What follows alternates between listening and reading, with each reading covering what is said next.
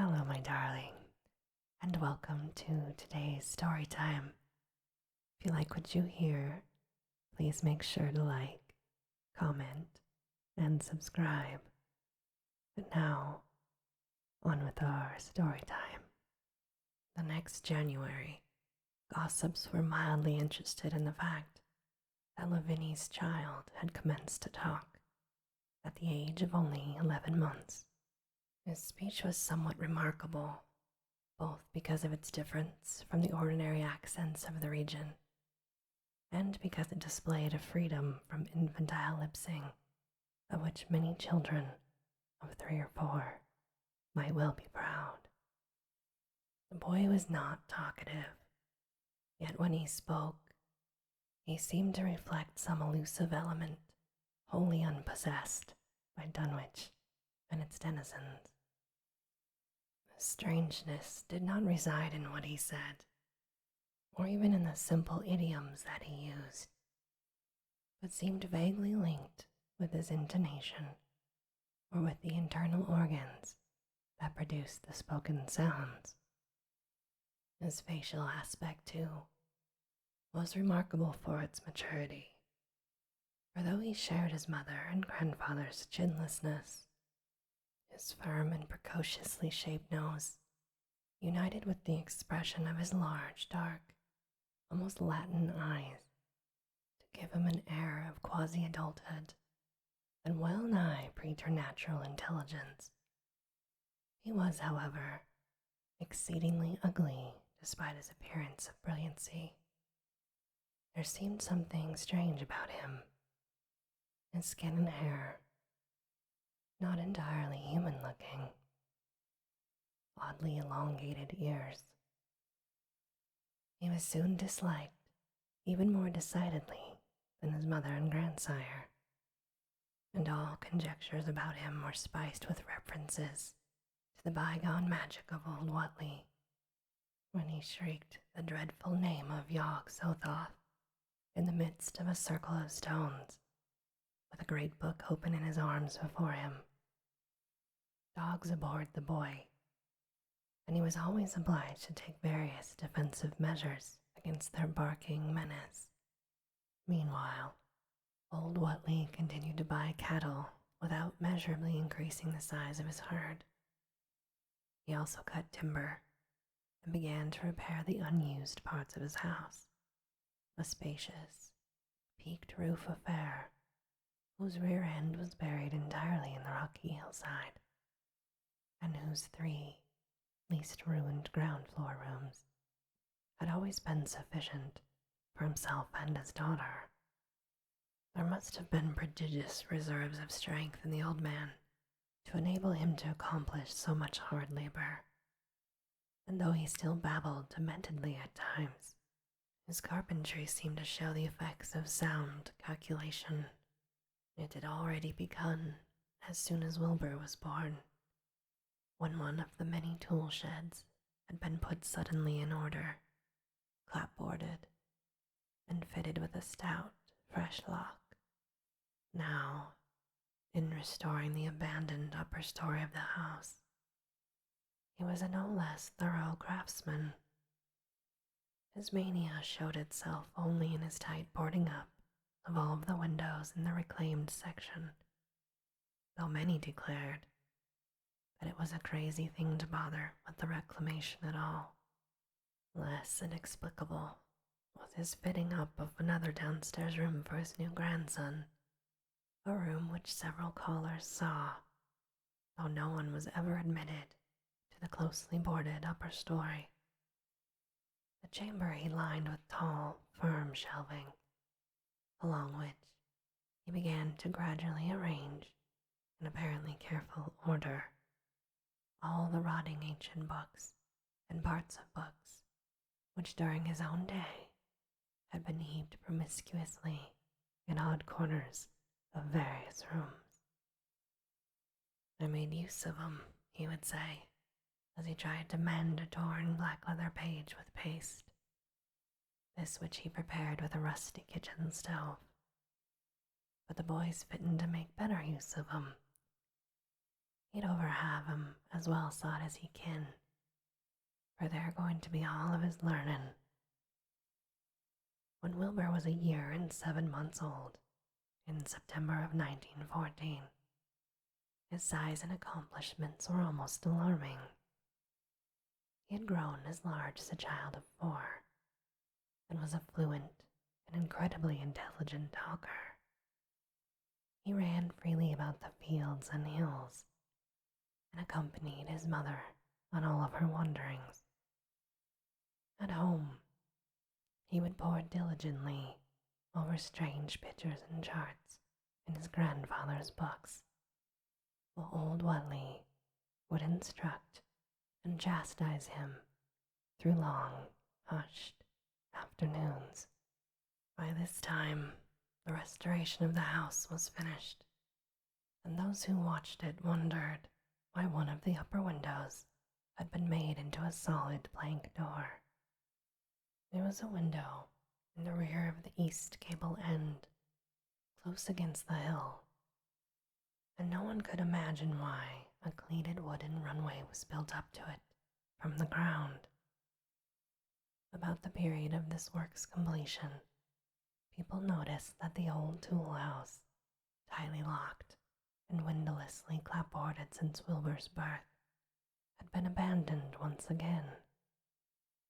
The door swung listlessly open, and when Earl Sawyer once stepped within, after a cattle-selling call on Old Whateley, he was quite discomposed by the singular odor he encountered. Such a stench, he averred, as he had never before smelt in all his life, except near the Indian circles on the hills, and which could not come from anything sane or of this earth. But then, the homes and sheds of Dunwich folk have never been remarkable for olfactory immaculateness. The following months were void of visible events, save that everyone swore to a slow but steady increase in the mysterious hill noises. On May Eve of 1915, there were tremors, which even the Aylesbury people felt, whilst the following Halloween produced an underground rumbling strangely synchronized with bursts of flame. Them which Whateley's doings from the summit of Sentinel Hill. Wilbur was growing up uncannily, so that he looked like a boy of 10 as he entered his 4th year. He read avidly by himself now, but talked much less than formerly. A settled taciturnity was absorbing him, and for the first time, people began to speak specifically of the dawning look of evil in his strange face. He would sometimes mutter an unfamiliar jargon, which chilled the listener with a sense of unexplainable terror. The aversion displayed towards him by dogs had now become a matter of wide remark, and he was obligated to carry a pistol in order to traverse the countryside in safety, even though he was 4. His occasional use of the weapon did not enhance his popularity amongst the owners of canine guardians. The few callers at the house would often find Lavinia alone on the ground floor, while odd cries and footsteps resounded in the boarded-up 2nd story. She would never tell what her father and the boy were doing up there, though once she turned pale and displayed an abnormal degree of fear when a fish peddler tried the locked door leading to the stairway. That peddler told the store loungers at Dunwich Village that he thought he heard a horse stamping on that floor above. The loungers reflected, thinking of the door and runway, and of the cattle that so swiftly disappeared. Then they shuddered as they recalled tales of Old Whateley's youth, and of the strange things that are called out of the earth when a bullock is sacrificed at the proper time to certain heathen gods. It had for some time been noticed that dogs had begun to hate and fear the whole Whateley place, as violently as they hated and feared young Wilbur personally. In 1917, the war came, and Squire Whateley, as chairman of the local draft board, had hard work finding a quota of young Dunwich men fit to even be sent to a development camp. The government, alarmed at such signs of wholesale regional decadence, sent several officers and medical experts to investigate. They conducted a survey which New England newspaper readers may still recall. It was the publicity attending this investigation which set reporters on the track of the Whateleys and caused the Boston Globe, an Arkham advertiser, to print flamboyant Sunday stories of young Wilbur's precociousness, Old Whateley's black magic, the shelves of strange books, the sealed second story of the ancient farmhouse, and the weirdness of the whole region and its hill noises. Wilbur was 4.5 then, but he looked like a lad of 15. His lips and cheeks were fuzzy with coarse dark brown, and his voice had begun to break in puberty. Earl Sawyer went out to the Whateley place with both sets of reporters and cameramen and called their attention to the strange stench which now seemed to trickle down from the sealed upper spaces. It was, he said, exactly like a smell he had found in the tool shed abandoned when the house was finally repaired, and like the faint odors which he sometimes thought he caught near the stone circles on the mountains. Dunwich folk read the stories when they appeared and grinned over the obvious mistakes. They wondered, too, why the writers made so much of the fact that old Whateley always paid for his cattle in gold pieces of extremely ancient dates. The Whateleys had received their visitors with ill-concealed distaste, though they did not dare court further publicity by a violent resistance or refusal to talk. For a decade, the annals of the Whateleys sink indistinguishably into the general life of a morbid community used to their strange ways and hardened to their May Eve and All Hallows orgies. Twice a year, they would light fires on the top of Sentinel Hill, at which times the mountain rumblings would recur with greater and greater violence. While at all seasons, there were strange and portentous doings at the lonely farmhouse. In the course of time, callers professed to hear sounds in the sealed upper story, even when all the family were downstairs. They wondered how swiftly or how lingeringly a cow or bullock was usually sacrificed. There was talk of a complaint to the Society for the Prevention of Cruelty to Animals, but nothing ever came of it, since Dunwich folk were never anxious to call the outside world's attention to themselves.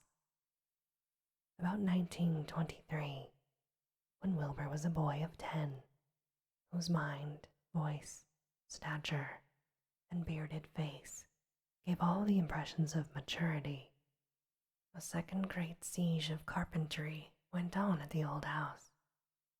It was all inside the sealed upper part, and from bits of discarded lumber, people concluded that the youth and his grandfather had knocked out all the partitions and even removed the attic floor. They left only one vast open void between the ground story and the peaked roof. They had torn down the great central chimney too, and fitted the rusty range with a flimsy outside tin stovepipe. In the spring after this event, Old Whateley noticed the growing number of whippoorwills that would come out of Cold Spring Glen to chirp under his window at night. He seemed to regard this circumstance as one of great significance, and he told the loungers at Osborne's that he thought his time had almost come. "They whistle just in tune with my breathin' now," he said. and I guess they're getting ready to catch my soul. They know it's a going out, and don't calculate to miss it. You'll know, boys, after I'm gone, whether they give me or not. If they do, they'll keep up a singin' and a laughin' till the break of day. If they don't, they'll kinder quiet down like. I expect them in all the souls they hunts, for they have some pretty tough tussles sometimes. On Lammas night, 1924, Dr. Houghton of Aylesbury was hastily summoned by Wilbur Whateley. Whateley had lashed his one remaining horse through the darkness and telephoned from Osborne's in the village. He found old Whateley in a very grave state, with a cardiac action and stertorous breathing, which told of an end not far off.